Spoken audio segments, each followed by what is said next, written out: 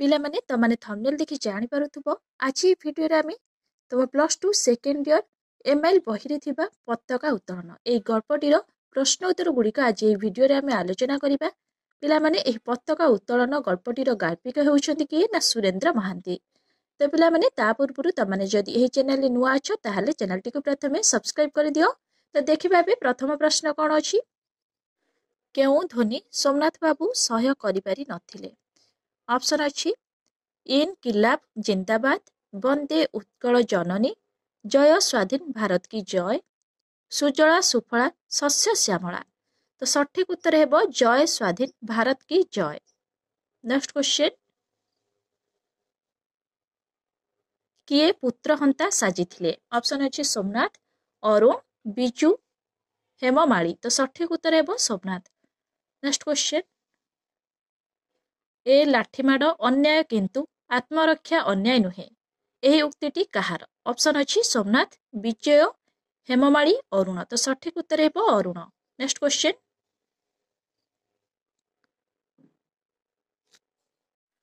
Flag staff ଭାଙ୍ଗି ବିପ୍ଳବୀମାନେ କ'ଣ ଚିରି ଦେଇଥିଲେ? ଅପସନ୍ ଅଛି ତିରଙ୍ଗା ପତାକା, ୟୁନିୟନ ଜ୍ୟାକ୍, ବିଜ୍ଞାପନ କାଗଜ, ଜାତୀୟ ପତାକା। ତ ସଠିକ ଉତ୍ତର ହେବ ୟୁନିୟନ ଜ୍ୟାକ୍। ନେକ୍ସଟ କ୍ୱେଶ୍ଚନ, ବିଧବା କିଏ ହୋଇଥିଲେ? ଅପସନ୍ ଅଛି ଅରୁଣ, ଅରୁଣର ସ୍ତ୍ରୀ, ହେମମାଳା, ପାର୍ବତୀ। ତ ସଠିକ ଉତ୍ତର ହେବ ଅରୁଣର ସ୍ତ୍ରୀ। ନେକ୍ସଟ କ୍ୱେଶ୍ଚନ, କିଏ ସତର୍କ ପ୍ରହରୀ ପରି ସାରା ରାତି ଚେଇଁ ବସିଥିଲେ ୟୁନିୟନ ଜ୍ୟାକ୍ ପତାକା ପାଖରେ? ଅପସନ୍ ଅଛି ସୋମନାଥ, ଅରୁଣ, ବିଜୟ, ହେମମାଳି। ତ ସଠିକ ଉତ୍ତର ହେବ ସୋମନାଥ। ନେକ୍ସଟ କ୍ୱେଶ୍ଚନ, ସୋମନାଥ ବାବୁ ଅରୁଣକୁ କେଉଁଥିରେ ପ୍ରହାର କରି ଶାସନ କରିବାକୁ ଚେଷ୍ଟା କରିଥିଲେ? ଅପସନ୍ ଅଛି ବାଡ଼ି, ବନ୍ଧୁକ, ଚାବୁକ, ଛାଟ। ତ ସଠିକ ଉତ୍ତର ହେବ ଚାବୁକ। ନେକ୍ସଟ କ୍ୱେଶ୍ଚନ, ରାତି ସାରା କେଉଁଥିରେ ମାତି ବିଜୟ ଘରକୁ ଫେରିଥିଲା? ଅପସନ୍ ଅଛି ଦୋଳ ଉତ୍ସବ, ରଜ ଉତ୍ସବ, ବାର୍ଷିକ ଉତ୍ସବ, ସ୍ୱାଧୀନତା ଉତ୍ସବ। ତ ସଠିକ ଉତ୍ତର ହେବ ସ୍ୱାଧୀନତା ଉତ୍ସବ। ନେକ୍ସଟ କ୍ୱେଶ୍ଚନ, ବିଜୟ କାହାକୁ ବ୍ରିଟିଶର ଗୋଲାମ ବୋଲି କହିଛି? ଅପସନ୍ ଅଛି ଆଈଙ୍କୁ, ଜେଜେଙ୍କୁ, ଭାଇଙ୍କୁ, ବିଦ୍ରୋହୀଙ୍କୁ। ତ ସଠିକ ଉତ୍ତର ହେବ ଜେଜେଙ୍କୁ। ନେକ୍ସଟ କ୍ୱେଶ୍ଚନ, ସୋମନାଥ ଶେଷରେ କାହାକୁ ଆଶୀର୍ବାଦ କରିଥିଲେ? ଅପସନ୍ ଅଛି ଅପର୍ଣ୍ଣାକୁ, ହେମମାଳିକୁ, ଅରୁକୁ, ବିଜୁକୁ। ତ ସଠିକ ଉତ୍ତର ହେବ ବିଜୁକୁ। ନେକ୍ସଟ କ୍ୱେଶ୍ଚନ, ପତାକା ଉତ୍ତୋଳନ ଗଳ୍ପଟି କେଉଁ ଦିବସର କଥା କହିଛି? ଅପସନ୍ ଅଛି 15 ଅଗଷ୍ଟ 1947, 16 ଅଗଷ୍ଟ 1947, 14 ଅଗଷ୍ଟ 1947, 26 ଜାନୁଆରୀ 1950। ତ ସଠିକ ଉତ୍ତର ହେବ 14 ଅଗଷ୍ଟ 1947। ନେକ୍ସଟ କ୍ୱେଶ୍ଚନ, ରାୟ ବାହାଦୁର ଚାବି ପେନ୍ଥାଟି କେଉଁଠାରୁ କାଢ଼ି ଡ୍ରୟାର ଫିଟାଇଲେ? ଅପସନ୍ ଅଛି ଆଲମାରିରୁ, ଟେବୁଲ ଉପରୁ, ତକିଆ ତଳୁ, ସିନ୍ଦୁକରୁ। ତ ସଠିକ ଉତ୍ତର ହେବ ତକିଆ ତଳୁ। ନେକ୍ସଟ କ୍ୱେଶ୍ଚନ, ଜୟ ସ୍ୱାଧୀନ ଭାରତ କି ଜୟ ଧ୍ୱନି ରାୟବାହାଦୁରଙ୍କୁ କିପରି ବିଦ୍ଧ କରୁଥିଲା?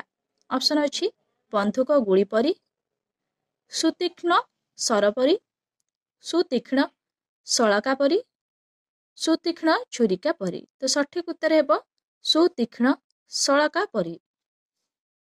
ନେକ୍ସଟ କ୍ୱେଶ୍ଚନ, ବାହାରର କେଉଁ କଥା ଘର ଭିତରର ପ୍ରତ୍ୟେକ ଅନ୍ଧକାର କୋଣକୁ ଥରାଇ ଦେଉଥିଲା? ଅପସନ୍ ଅଛି ଗଣ୍ଡଗୋଳ, ସ୍ଲୋଗାନ, କୋଳାହଳ, ହୋହାଲ୍ଲା। ତ ସଠିକ ଉତ୍ତର ହେବ କୋଳାହଳ।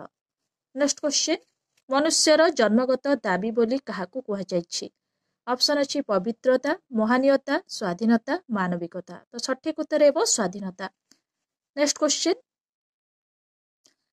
ରାୟ ବାହାଦୁର ଅରୁଣକୁ କେଉଁଥିରେ ଆଘାତ କରିଥିଲେ? ଅପସନ୍ ଅଛି ବନ୍ଧୁକ, ଲାଠି, ବୁଟ, ଚାବୁକ। ତ ସଠିକ ଉତ୍ତର ହେବ ଚାବୁକ। ନେକ୍ସଟ କ୍ୱେଶ୍ଚନ, ରାୟ ବାହାଦୁରଙ୍କ ପୁତ୍ରବଧୂର ନାମ କ'ଣ ଥିଲା? ଅପସନ୍ ଅଛି ଅପର୍ଣ୍ଣା, ସୁପର୍ଣ୍ଣା, ସୁକନ୍ୟା, ଋତୁପର୍ଣ୍ଣା। ତ ସଠିକ ଉତ୍ତର ହେବ ଅପର୍ଣ୍ଣା। ନେକ୍ସଟ କ୍ୱେଶ୍ଚନ, ସୋମନାଥ ବାବୁଙ୍କ ସ୍ତ୍ରୀଙ୍କ ନାମ କ'ଣ? ଅପସନ୍ ଅଛି ଅପର୍ଣ୍ଣା, ପାର୍ବତୀ, ଦୁର୍ଗା, ହେମମାଳା। ତ ସଠିକ ଉତ୍ତର ହେବ ହେମମାଳା। ନେକ୍ସଟ କ୍ୱେଶ୍ଚନ, କିଏ କମଳ ନୟନର ନୀଳୋତ୍ପଳରେ ଦେବୀ ଆରାଧନା କରିଥିଲେ? ଅପସନ୍ ଅଛି ଶ୍ରୀକୃଷ୍ଣ, ଶ୍ରୀରାମଚନ୍ଦ୍ର, ଶ୍ରୀ ଗୋବିନ୍ଦ, ଶ୍ରୀ ଚୈତନ୍ୟ। ତ ସଠିକ ଉତ୍ତର ହେବ ଶ୍ରୀରାମଚନ୍ଦ୍ର। ନେକ୍ସଟ କ୍ୱେଶ୍ଚନ,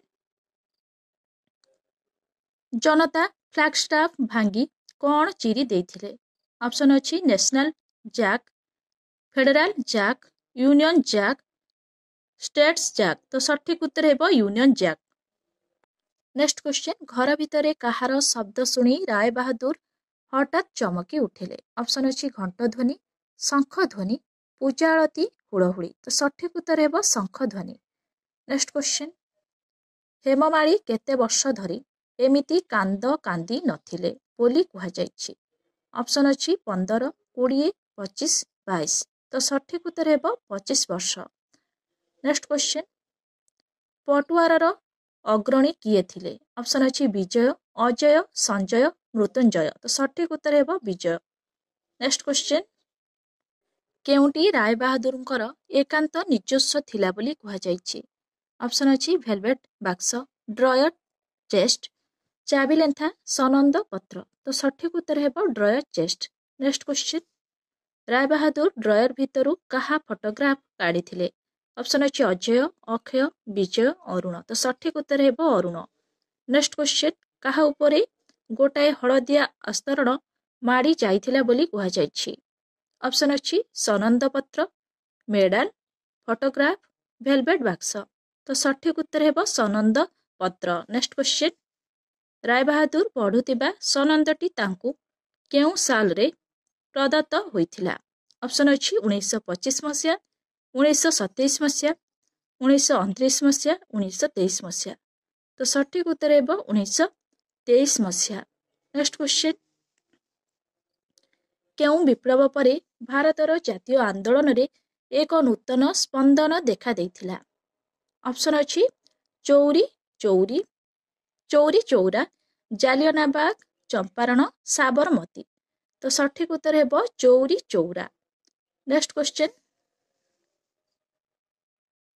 पताका उत्तोलन गल्पर गाल्पिक किए। ऑप्शन अच्छी सुरेंद्र महांती, फकीर मोहन, मनोज दास, अखिल मोहन। तो सठिक उत्तर हेबो सुरेंद्र महांती। नेक्स्ट क्वेश्चन, श्री सोमनाथ महापात्रଙ୍କ उपाधि कौन थिला। ऑप्शन अच्छी महामान्य, महाशय, उपाध्याय, राय बाहादुर। तो सठिक उत्तर हेबो राय बाहादुर। नेक्स्ट क्वेश्चन, राय बाहादुरଙ୍କ निद्रा काहेंकी भग्न ହେଲା।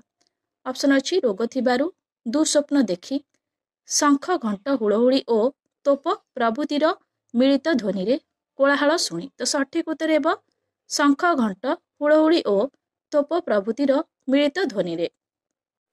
नेक्स्ट क्वेश्चन, शांत और नीरव राति केउं ध्वनि रे चलचंचल होई उठिला। ऑप्शन अच्छी जय स्वाधीन भारत की जय, बंधुक फुटिबा, डाक बाजी जंत्र, पटुआर ध्वनि। तो सठिक उत्तर हेबो जय स्वाधीन भारत की जय। नेक्स्ट क्वेश्चन, राय बाहादुर व्यतिव्यस्त होई कौन सबू बंद करदेले। ऑप्शन अच्छी कानपाटी, आखि कान, कबाट झरका, घर द्वार। तो सठिक उत्तर हेबो कबाट झरका। नेक्स्ट क्वेश्चन, जय ध्वनि करी सर्वाग्रे किए तिरंगा पताका धरी चली थाए। ऑप्शन अच्छी राय बाहादुर, सोमनाथ महापात्र, लेखक नाती विजय। तो सठिक उत्तर हेबो नाती विजय। नेक्स्ट क्वेश्चन, विजय हातरे कौन धरी पटुआरर सर्वाग्रे जाउथिला। ऑप्शन अच्छी प्रकांड तिरंगा पताका, ठेंगा बाढ़ी, बंधुक, लाठी। तो सठिक उत्तर हेबो प्रकांड तिरंगा पताका। पिलामाने एबे आमे 2 मार्किया प्रश्न आलोचना करिबा। गपटीर नाम पताका उत्तोलन रखा जाइछि काहेकि। उत्तर लिखिबो गपटीर नाम पताका उत्तोलन रखा जाइछि कारण गपटीरे पताकाकु नेई आवेग प्रवण केतोटी मଣିଷଙ୍କର प्राण स्पंदन निहित। पताकाकु नेई जेउ भाव प्रवणता गोटिए परिवारर मଣିଷମାନଙ୍କୁ परस्पर ठारू विच्छिन्न करिछि ସେହି पताकार कथाकु नेई गल्पटी रचित होइथिबारु एहार एपरि नामकरण होइछि। पिलामाने मने रखिबो गल्पटीर नाम पताका उत्तोलन रखा जाइछि काहेकि। नेक्स्ट क्वेश्चन, राय बाहादुरଙ୍କ निद काहेकि भांगी जाइथिला। राय बाहादुर सोमनाथ महापात्रଙ୍କ आखिरे छाई निद लागि आसीथिला। राति सेतेबेळକୁ 12ଟା पाखापाखि। हठात शंख घंट हुड़हुड़ी ओ तोप प्रभृतिर मिलित ऐक्यताନରେ ତାଙ୍କର ନିଦ ଭାଙ୍ଗିଗଲା। ଆଖି ମଳି ମଳି ସେ ବିଛଣା ଉପରେ ଉଠି ବସିଲେ। ନେକ୍ସଟ କ୍ୱେଶ୍ଚନ, ଝରକା କବାଟ ବନ୍ଦ କରି ମଧ୍ୟ ରାୟବାହାଦୁରଙ୍କ ଅବସ୍ଥା କିପରି ଥିଲା? ଜୟ ଭାରତ ମାତା କି ଜୟ ଧ୍ୱନି ତାଙ୍କ ଝରକା କବାଟ ଦେଇ ଘର ଭିତରକୁ ପଶି ଆସୁଥିଲା। ରାୟବାହାଦୁର ତାଙ୍କର କାନରେ ପ୍ରଥମେ ଆଙ୍ଗୁଠି ଚାପି ଧରିଲେ, ତାପରେ ଝରକା କବାଟ ବନ୍ଦ କଲେ। ଏହି ଜୟଧ୍ୱନି ତାଙ୍କର ଜୀର୍ଣ୍ଣ ଅସ୍ଥିକୁ ସତେ ଯେପରି ଚୂର୍ଣ୍ଣ କରି ଦେଉଥିଲା। ନେକ୍ସଟ କ୍ୱେଶ୍ଚନ, କେଉଁ କଥା ରାୟବାହାଦୁରଙ୍କ ଚରମ ପରାଜୟ ଘୋଷଣା କରୁଥିଲା? ରାତିର ଶାନ୍ତ ନୀରବ ମୁହୂର୍ତ୍ତ ଜୟ ସ୍ୱାଧୀନ ଭାରତ କି ଜୟ ଧ୍ୱନି ଭିତରେ କ୍ଷୁବ୍ଧ ଓ ଚଞ୍ଚଳ ହୋଇଉଠିଲା। ରାୟବାହାଦୁର ବିଛଣା ଛାଡ଼ି ଉଠି ପଡ଼ିଲେ। ବାହାରେ ଏଇ ଜୟନାଦ କ୍ରମେ ବଢ଼ୁଥିଲା। ତାହା ଯେପରି ଏକ ସୁତୀକ୍ଷ୍ଣ ସଳକା ରୂପେ ତାଙ୍କୁ ବିଦ୍ଧ କରୁଥିଲା ଓ ତାଙ୍କର ଚରମ ପରାଜୟ ଘୋଷଣା କରୁଥିଲା। ପିଲାମାନେ ମନେ ରଖିବ, କେଉଁ କଥା ରାୟବାହାଦୁରଙ୍କ ଚରମ ପରାଜୟ ଘୋଷଣା କରୁଥିଲା? ନେକ୍ସଟ କ୍ୱେଶ୍ଚନ, ରାୟବାହାଦୁରଙ୍କୁ ଅରୁଣ କ'ଣ ପଚାରିଥିଲା ଓ କାହିଁକି? ରାୟବାହାଦୁରଙ୍କୁ ଅରୁଣ ପଚାରିଲା, ମୋତେ କ୍ଷମା କରନ୍ତୁ। ସ୍ୱାଧୀନତା ମନୁଷ୍ୟର ଜନ୍ମଗତ ଦାବୀ, ଭାରତର ପବିତ୍ରତମ ଦାବୀ। ଆପଣ କ'ଣ ଭାରତୀୟ ନୁହନ୍ତି ବାପା? ଅରୁଣ ପୁଣି ପଚାରିଲା, କାହାର ଦାନା, କାହାର ପାଣି ପବନରେ ମଣିଷ ହୋଇଛନ୍ତି ଆପଣ? ଭାରତର ଏଇ ଗୋଲାମ ଭାରତର ସ୍ୱାଧୀନତା ଯାହାର ଦାବୀ। ପିଲାମାନେ ମନେ ରଖିବ, ରାୟବାହାଦୁରଙ୍କୁ ଅରୁଣ କ'ଣ ପଚାରିଥିଲା ଓ କାହିଁକି? ନେକ୍ସଟ କ୍ୱେଶ୍ଚନ, 1923 ସାଲରେ ସୋମନାଥଙ୍କୁ କାହିଁକି ସନନ୍ଦ ଦିଆଯାଇଥିଲା? ସୋମନାଥ ଥିଲେ ବ୍ରିଟିଶ ସରକାରଙ୍କ ଅଧୀନସ୍ଥ ଜଣେ ସଚ୍ଚୋଟ ପୋଲିସ ଇନ୍ସପେକ୍ଟର। ସେ ସରକାରଙ୍କ ବିଶ୍ୱସ୍ତ କର୍ମୀ ଭାବରେ ଆନ୍ଦୋଳନକୁ ଦମନ କରିବାକୁ ଯାଇ ଫୁଟାଇଥିବା ଗୁଳିରେ ପୁତ୍ର ଅରୁଣର ମୃତ୍ୟୁ ଘଟିଥିଲା। ତେଣୁ ତାଙ୍କର କର୍ତ୍ତବ୍ୟନିଷ୍ଠତା ହେତୁ 1923 ସାଲରେ ତାଙ୍କୁ ସନନ୍ଦ ଦିଆଯାଇଥିଲା। ନେକ୍ସଟ କ୍ୱେଶ୍ଚନ, ସ୍ୱାଧୀନତା ମନୁଷ୍ୟର ଜନ୍ମଗତ ଦାବୀ, ଏ କଥା କିଏ କାହାକୁ ଓ କାହିଁକି କହିଥିଲେ? ସ୍ୱାଧୀନତା ମନୁଷ୍ୟର ଜନ୍ମଗତ ଦାବୀ, ଏ କଥା ରାୟବାହାଦୁର ସୋମନାଥ ମହାପାତ୍ରଙ୍କୁ ତାଙ୍କ ଜ୍ୟେଷ୍ଠ ପୁତ୍ର ଅରୁଣ କହିଥିଲେ। ସୋମନାଥ ଭାରତର ସ୍ୱାଧୀନତା ଆନ୍ଦୋଳନକୁ ବିରୋଧ କରୁଥିଲେ। ତେଣୁ ସେହି ଆନ୍ଦୋଳନରେ ନେତୃତ୍ୱ ନ ନେବାକୁ ସେ ଯେତେବେଳେ ଅରୁଣକୁ ବାରଣ କଲେ, ସେତେବେଳେ ଅରୁଣ ତାଙ୍କୁ ଉପରୋକ୍ତ ଉକ୍ତିଟି କହିଥିଲେ। ନେକ୍ସଟ କ୍ୱେଶ୍ଚନ, ଅରୁଣର ନିର୍ଦ୍ଦେଶ ପାଇ ଜନତା କ'ଣ କରିଥିଲେ? ଉତ୍ତର ଲେଖିବ, ପୁଲିସ ଥାନା ଆଗରେ ଥିବା ବିରାଟ ଜନତାଙ୍କୁ ଘଉଡ଼ାଇବା ପାଇଁ ସୋମନାଥ ହାତରେ ପିସ୍ତଲ ଉଠାଇଲେ। କିନ୍ତୁ ଅରୁଣ ଅବିଚଳିତ କଣ୍ଠରେ ସମସ୍ତଙ୍କୁ ଭୟ ନ କରିବାକୁ ନିର୍ଦ୍ଦେଶ ଦେଲା। ତାର ନିର୍ଦ୍ଦେଶରେ ଶତ ସିଂହର ଗର୍ଜନ ଭଳି ଜନତା କୁହାଟ କରି ଗର୍ଜି ଉଠିଲେ। କେତେଜଣ ଯାଇ ଫ୍ଲାଗ ଷ୍ଟାଫ ଭାଙ୍ଗି ୟୁନିୟନ ଜାକ୍କୁ ଚିରିଦେଲେ। ପିଲାମାନେ ମନେ ରଖିବ, ଅରୁଣର ନିର୍ଦ୍ଦେଶ ପାଇ ଜନତା କ'ଣ କରିଥିଲେ? ନେକ୍ସଟ କ୍ୱେଶ୍ଚନ, ବ୍ରିଟିଶ ସରକାରଙ୍କ ଦ୍ୱାରା ପ୍ରବର୍ତ୍ତ ସନନ୍ଦଟିରେ କ'ଣ ଲେଖାଯାଇଥିଲା? 1923 ସାଲରେ ଖୋଦ୍ ବ୍ରିଟିଶ ସମ୍ରାଟ ରାୟବାହାଦୁରଙ୍କୁ ଏକ ଦରବାରରେ ସନନ୍ଦ ପତ୍ରଟିଏ ପ୍ରଦାନ କରିଥିଲେ। ସେହି ସନନ୍ଦ ପତ୍ରରେ ଲେଖାଥିଲା, ବ୍ରିଟିଶ ସିଂହାସନ ପ୍ରତି ଆପଣଙ୍କର ନିଷ୍ଠା ଏବଂ ଅନୁରକ୍ତି ମହାମହିମ ସମ୍ରାଟଙ୍କୁ ମୁଗ୍ଧ କରିଛି। ବ୍ରିଟିଶ ସିଂହାସନ ପ୍ରତି ଏ ଅତୁଳନୀୟ ଅନୁରକ୍ତି ପାଇଁ ଆପଣ ନିଜର। ନେକ୍ସଟ କ୍ୱେଶ୍ଚନ, ପୁଲିସ ସାହେବ ରାୟବାହାଦୁରଙ୍କୁ କ'ଣ ହୁକୁମ ଦେଇଥିଲେ? ପୋଲିସ ସାହେବ ରାୟବାହାଦୁରଙ୍କୁ ହୁକୁମ ଦେଇ କହିଥିଲେ ଯେ, ଦେଖ ମହାପାତ୍ର, ତୁମେ ଭାରି ପାରିବାର ଲୋକ। ଅନେକ ବଡ଼ ବଡ଼ କଥା ତୁମେ ଚଳେଇ ନେଇଛ।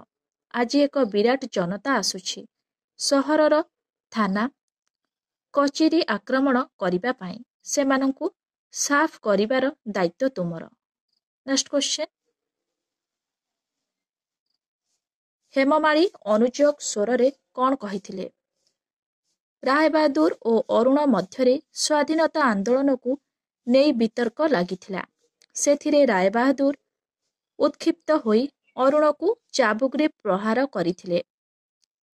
ସେତିକିବେଳେ ଅରୁଣର ମା ହେମମାଳୀ ମଝିରେ ଠିଆ ହୋଇ ରାୟବାହାଦୁରଙ୍କୁ ଅନୁଯୋଗ ସ୍ୱରରେ କହିଥିଲେ, ଏ କ'ଣ କରୁଛ ତମେ? ପିଲାମାନେ ମନେ ରଖିବ, ହେମମାଳୀ ଅନୁଯୋଗ ସ୍ୱରରେ କ'ଣ କହିଥିଲେ? ନେକ୍ସଟ କ୍ୱେଶ୍ଚନ, ଅରୁଣ ଘର ଛାଡ଼ିଲେ କାହିଁକି? ଅରୁଣର ଯୁକ୍ତି ଥିଲା ସ୍ୱାଧୀନତା ପ୍ରତ୍ୟେକ ମନୁଷ୍ୟର ଜନ୍ମଗତ ଅଧିକାର, ପୁଣି ଭାରତର ପବିତ୍ରତମ ଦାବି। ସେ ବାପାଙ୍କୁ ବ୍ରିଟିଶ ସରକାରର ଗୋଲାମ ବୋଲି କହିବାରୁ ସୋମନାଥ କ୍ରୋଧାନ୍ୱିତ ହୋଇ ଅରୁଣକୁ ତେଜପୁତ୍ର କରି ଘର ଛାଡ଼ି ଚାଲିଯିବା ପାଇଁ ଆଦେଶ ଦେଇଥିଲେ। ସେଥିପାଇଁ ଅରୁଣ ଘର ଛାଡ଼ିଥିଲେ। ପିଲାମାନେ ମନେ ରଖିବ, ଅରୁଣ ଘର ଛାଡ଼ିଲେ କାହିଁକି? ନେକ୍ସଟ କ୍ୱେଶ୍ଚନ, ବ୍ରିଟିଶ ଗୋଲାମ ପାଇଁ ସ୍ଥାନ ଏଠି କାହିଁ? କେଉଁ ପରିସ୍ଥିତିରେ ବିଜୟ ଏ କଥା କହିଥିଲା? ବ୍ରିଟିଶ ଗୋଲାମ ପାଇଁ ସ୍ଥାନ ଏଠି ନାହିଁ, ଏ କଥା ବିଜୟ ଜେଜେ ସୋମନାଥଙ୍କୁ ରାଗିଯାଇ କହିଥିଲା।